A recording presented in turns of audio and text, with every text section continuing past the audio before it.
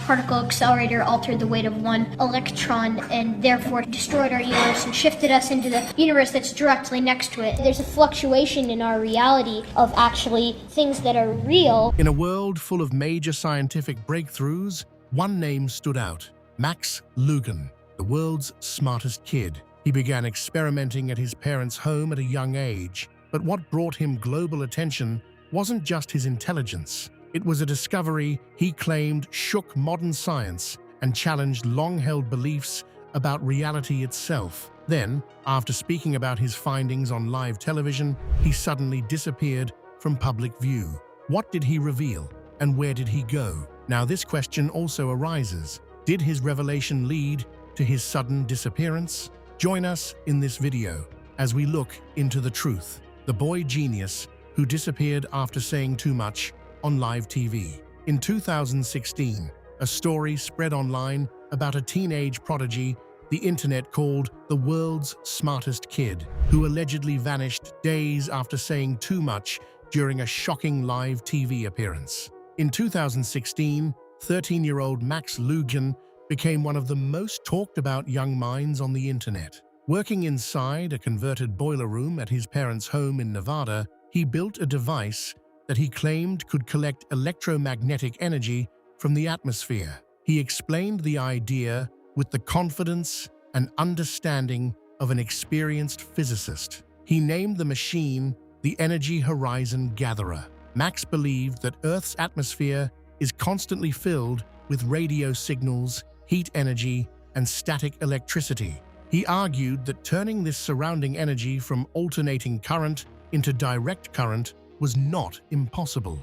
In his opinion, it was simply a difficult engineering problem that most people had ignored. However, the Energy Horizon Gatherer soon became less important than a much bigger interest. Max became deeply focused on Geneva, and more specifically, on the Large Hadron Collider, the 17-mile circular tunnel filled with powerful superconducting magnets buried beneath the border between France and Switzerland.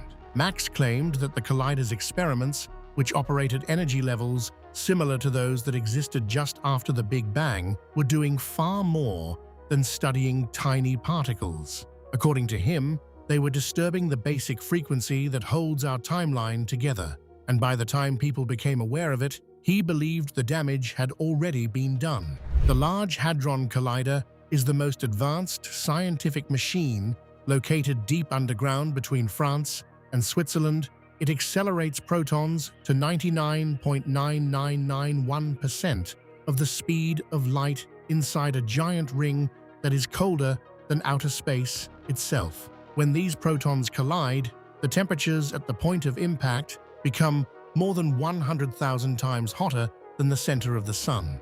Scientists use the LHC to study the most basic building blocks of reality. One of its main goals was to find the Higgs boson, the particle that confirmed the existence of the Higgs field, an invisible field of energy believed to exist throughout the universe and give particles their mass. Without the Higgs field, atoms would never form, and the universe, as we know it, could not exist. Scientists successfully confirmed the Higgs boson in 2012, a major achievement in modern science. For most people, that discovery completed the story. But Max Loughan believed it was only the beginning. He argued that the Higgs field is not simply another part of the universe. Instead, he believed it is the foundation on which reality itself is built.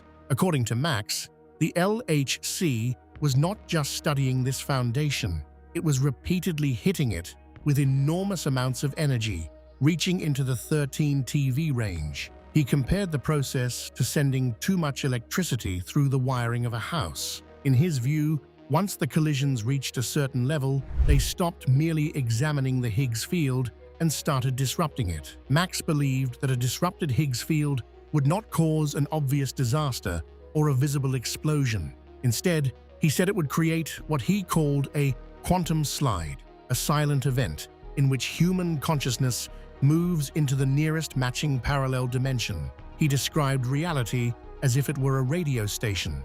The universe, he said, is tuned to a particular frequency, high-energy collisions inside the LHC create disturbances in space and time that can make that frequency jump to a different channel. The song keeps playing, but the station is no longer exactly the same. His most alarming claim was that this shift had already taken place during the LHC's first activation in 2008. According to Max, the original timeline was destroyed at that moment. However, humanity survived because human consciousness moved into a nearly identical parallel universe. The result, he claimed, is a world that looks almost exactly like the original one, yet contains small differences and strange inconsistencies that millions of people have noticed ever since, even if they cannot fully explain why they feel that something is different. Looking into Max's discovery, which is believed to be linked to his disappearance, let's go deeper and explore what the truth could actually be. Stay tuned to find out. Inside Max's theory of everything, universes and an endless number of parallel universes seem to be constantly forming as part of how reality and time might actually work. Max starts to wonder, if that's true, then there could be a universe where even God exists. And if everything is energy, like E equals mc squared suggests, then maybe God isn't separate from the universe at all, but something that exists within everything, as everything. At first, it sounds almost impossible, but the more Max thinks about it, the more he feels reality might not be fixed at all. Instead, it could be constantly splitting, new versions of the universe forming every second, each one based on every possible choice, every possible outcome. He starts connecting this to ideas from quantum physics, especially what David Deutsch talks about at Oxford, the idea that quantum mechanics naturally points toward parallel universes existing side by side, not just as imagination, but as something built into reality itself. So Max begins to picture it like this. In one universe, you are watching this video right now. In another, you never clicked it at all. And in his thinking, these aren't just possibilities sitting somewhere, they are actually happening, branching out as time moves forward. The idea grows even further in his mind. Every vibration, every movement of a particle, every spin of an electron seems like it could be creating a new branch of reality, as if reality is not one straight line, but something endlessly splitting in every direction at once. Somewhere in that infinite branching, our universe is just one version among countless others. And instead of moving through one fixed world, Max starts imagining that we are always slipping through different versions of reality without even noticing. It starts to feel to him like reality is not a single movie playing from beginning to end. It is more like an endless collection of versions of the same movie, all playing at the same time. That idea reminds him of Michael Talbot's The Holographic Universe, where reality is described like a projection, one where every piece contains the whole, and endless variations can exist together. Then Max stumbles into something even stranger: infinity itself. He learns that infinity isn't just one thing. In mathematics, Georg Cantor showed that there are different sizes of infinity, like Aleph Null. That makes him start thinking that maybe reality also has layers of infinity stacked inside each other. He begins to picture it visually: a line, then another line slightly smaller, closer, then another and another, endlessly repeating.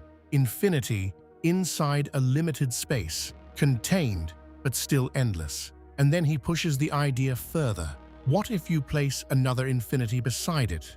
It's still infinite, but now it spreads outward instead of staying contained. Different infinities existing together, side by side. At this point, Max starts forming a much bigger picture in his mind. Maybe reality isn't just one infinite universe, but many infinite structures overlapping, each one slightly different, each one generating more versions of reality inside it. And that leads him to a bold way of thinking, that there could be infinite parallel realities, and even infinite layers of dimensions, all existing at once. In that kind of structure, what people call God might not be a separate being at all, but something tied into the total energy and structure of everything, like E equals mc squared, hinting at a deeper unity behind it all. Then he connects it back to physics again. This idea feels close to the many worlds interpretation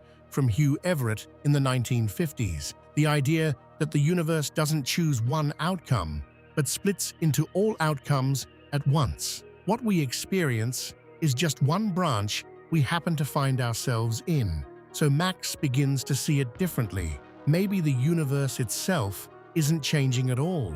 Maybe it's us moving through different branches of it, or becoming aligned with different versions of reality without realizing it. Was Max's discovery something he discovered alone, or were there other discoveries that supported it? And why was his discovery the only one linked to his disappearance? Keep watching to find out.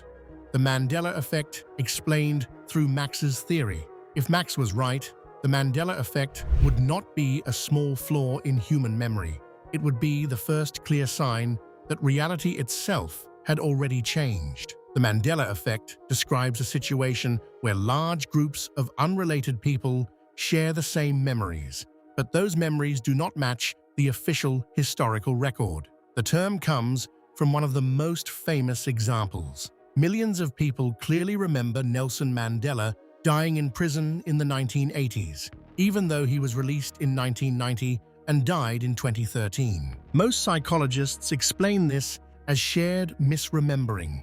Human memory is not perfect. It can be shaped by suggestion, confusion about where information came from, and social influence from other people. According to mainstream science, people unknowingly mix similar ideas together until false memories start to feel completely real and certain.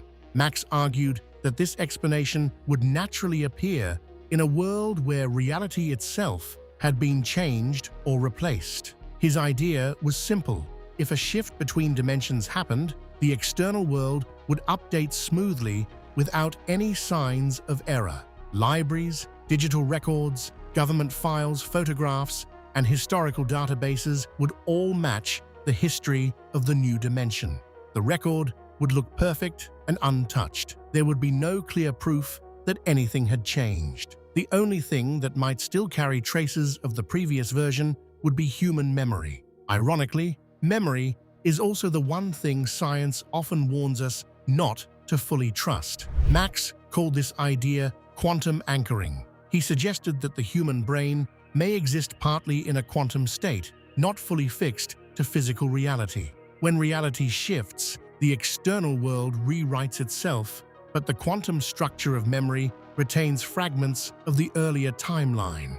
Books may change, logos may change, and recorded history may change, but the brain still holds pieces of the original version. Alder working analyst framework. When millions of people realize they share the same wrong memory, they are not just experiencing confusion. They are noticing leftovers of a world that no longer physically exists. Max described this as a form of quantum archaeology. He believed the Mandela effect examples strengthen this idea.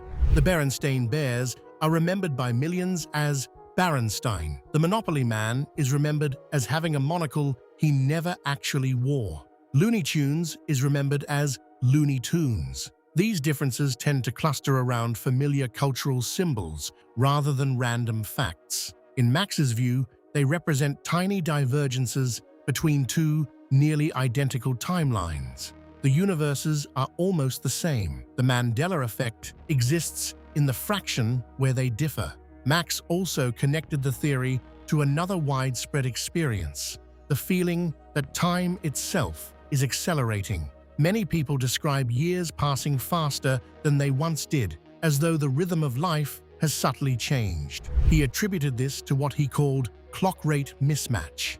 To his theory, our current dimension operates at a slightly different temporal frequency than the original one humanity occupied. Human biology, still calibrated to the previous timeline, experiences this altered cadence as constant low-level urgency and the sensation of time slipping away. He called it universal jet lag, not experienced by travelers crossing time zones, but by an entire species that crossed dimensions without realizing it. Looking at Max's discovery, let's go deeper into the work that led up to it and begin to reveal more about it. Keep watching to find out. Inside CERN's hidden world, the European Organization for Nuclear Research, known as CERN, is an international organization that operates the world's largest particle physics laboratory. It was created in the early 1950s and is located in Meyrin, a western suburb of Geneva, on the border between France and Switzerland. It includes member states,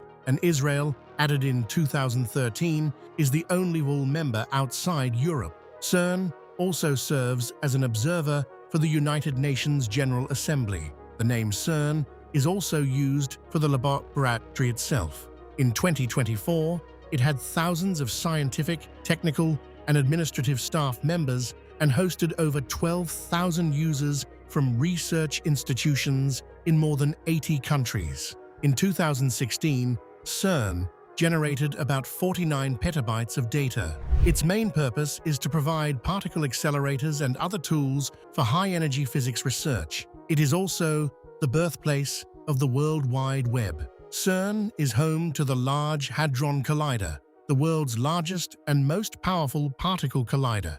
It is built in a 27-kilometer circular tunnel located about 100 meters underground between Geneva International Airport and the Jura Mountains. Most of the tunnel lies on the French side of the border.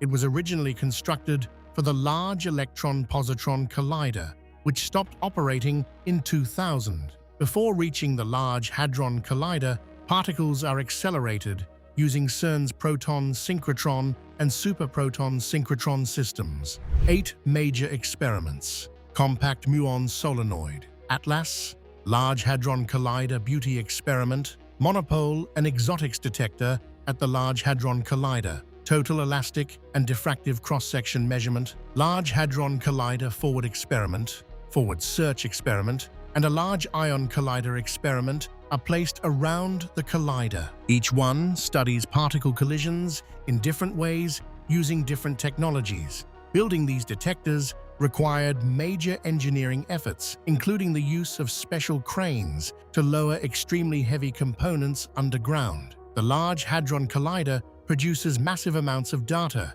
which CERN distributes worldwide through the Large Hadron Collider computing grid for analysis. Early beam tests began in 2008, though the machine was temporarily shut down due to technical issues before restarting in 2009. Engineers had to align 2 beams so precisely that it was compared to firing 2 needles across the Atlantic and making them hit each other. In 2010, the collider achieved successful proton collisions at energies of 7 tera-electron-volts, later increasing to 8 tera-electron-volts. This work led to the discovery of a new particle in 2012, later confirmed to be the Higgs boson. After further shutdowns for upgrades and maintenance, the collider resumed operation with improved performance. It continues to be upgraded under the High Luminosity Large Hadron Collider project, which aims to significantly increase its power and data output in the coming years. What really brought Max into the spotlight and gave him the platform to develop his discovery, which was later linked to his disappearance? Stay tuned to find out. Max Loughan's breakthrough. Max Loughan is a bright young mind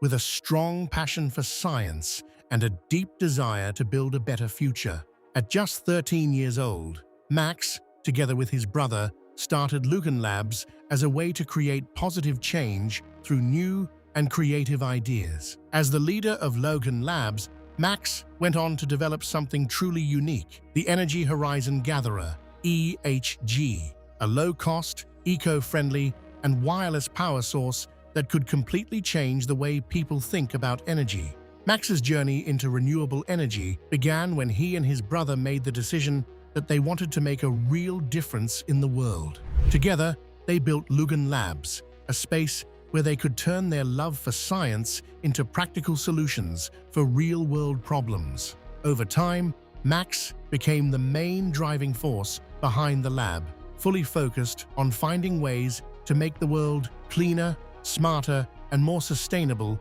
for the future.